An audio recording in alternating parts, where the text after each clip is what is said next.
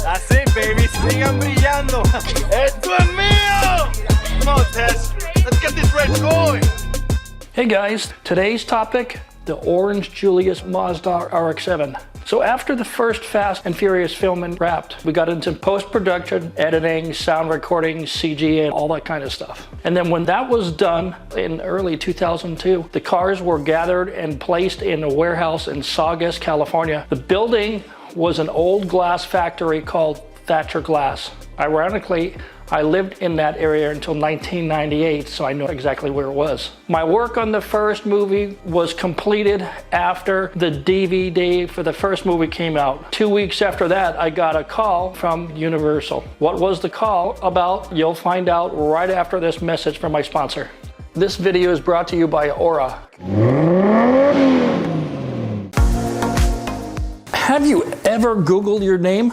If you have, you were probably shocked to see some of your personal information floating around for the whole world to see. Every once in a while, I Google myself just for fun. I'm always surprised what kind of things are floating around the internet. It's just creepy that these companies have this information on me. So this is what they do. These data brokers are making money hand over fist by selling your info to robocallers, spammers, and in some cases, much worse. This is why I'm talking about today's sponsor, Aura.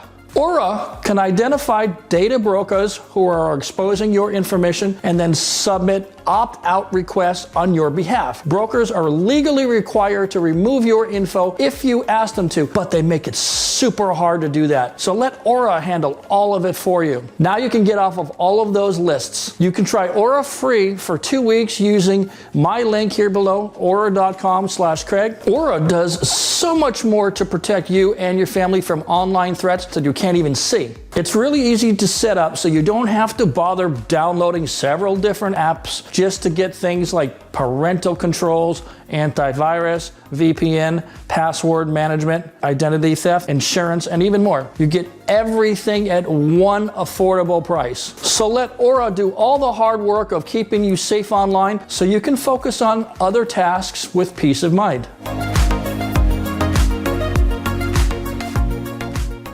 The call from someone from Universal was asking me if I could go out to the warehouse and inspect every one of the cars. My understanding at that point was that they were going to sell some of the cars or put some of the cars on display. So I was bewildered. What am I doing this for? They asked me to start up the cars and take pictures of them front, back, and inside everything. I was using a tiny little point and shoot camera.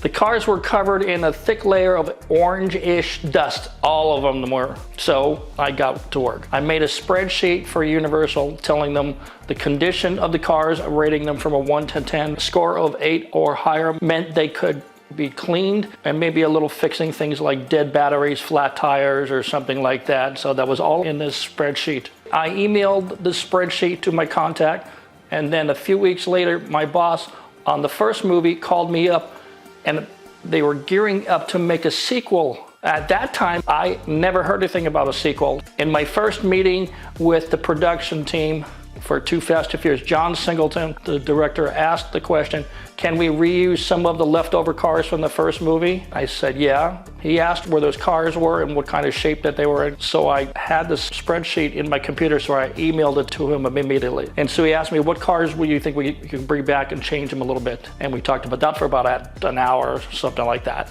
Of course, there were 2 car auditions for other cars, one in Santa Monica and another one in Miami, but those auditions were for background cars. After discussion, some of the cars from the first movie would be remodified and reused. And so we went through the list, what car is going to go with what character.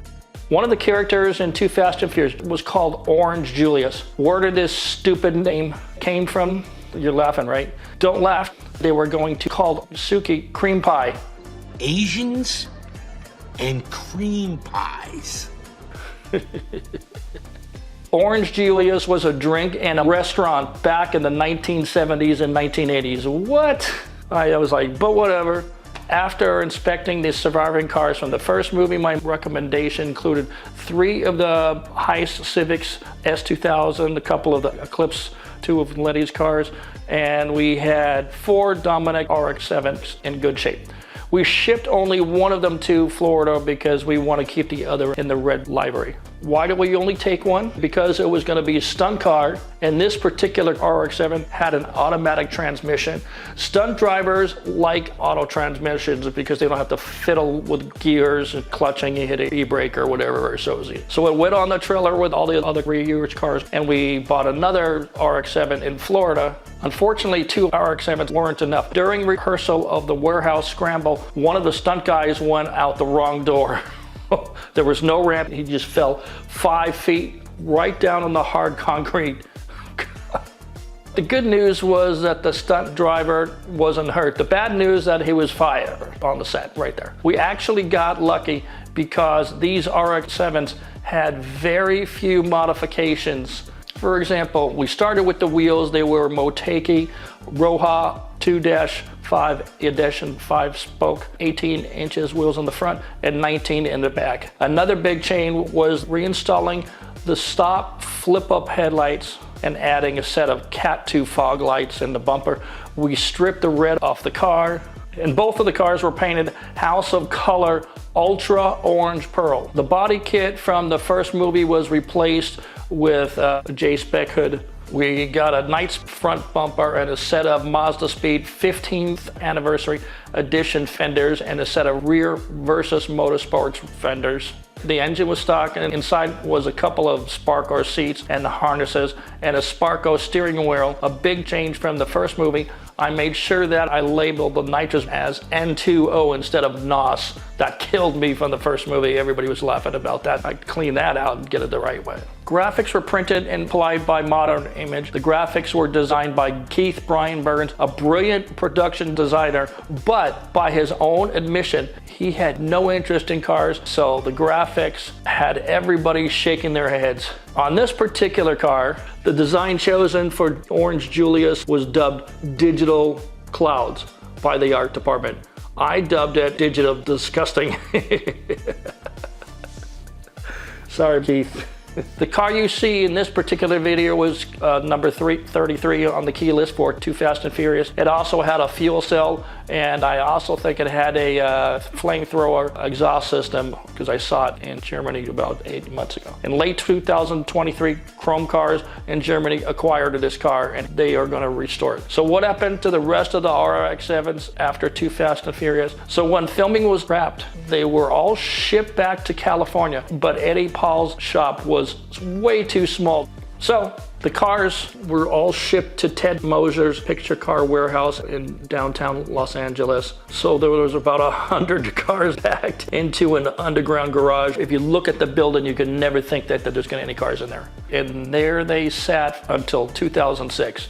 What happened in 2006? Then one day in that year, Ted got a call. A new movie was gearing up for production. They asked Ted to be the picture car captain. The movie was called Grandma's Boy. The script called for some rice rockets. That's what Hollywood directors and producers called them. In the years following Fast and Furious 1 movie, I was getting calls from all kinds of TV shows. CSI, all those crime scene things, Providence. They get me on the phone and say, yes, we need rice rockets for our TV show. That's what they called them for years. Fortunately, Ted was still sitting on a garage full of rice rockets. So a deal was struck. Then the cars were given a mechanical inspection, got cleaned up, washed, test driven, and all that kind of stuff. So what happened to the surviving RX-7s from both movies? Over the years, they traded hands several times. Some found a home in a museum. A couple fell into hands of private collectors. At least one is still undergoing full refurbishment in Florida. The Hero 1 is in the hands of a private owner here in Southern California. No, he doesn't want to sell it for any money. So they're still around, you know. So if you want to see the reconditioning of the Orange Julius Rx7, follow the guys on Chrome Cars on YouTube and on Instagram. And then watch Gabriel's channel. It's called Furious Garage because he's got the other car that is being reconditioned. That's it for this week. Thanks for watching. Please subscribe and like. Thanks very much. See you next week.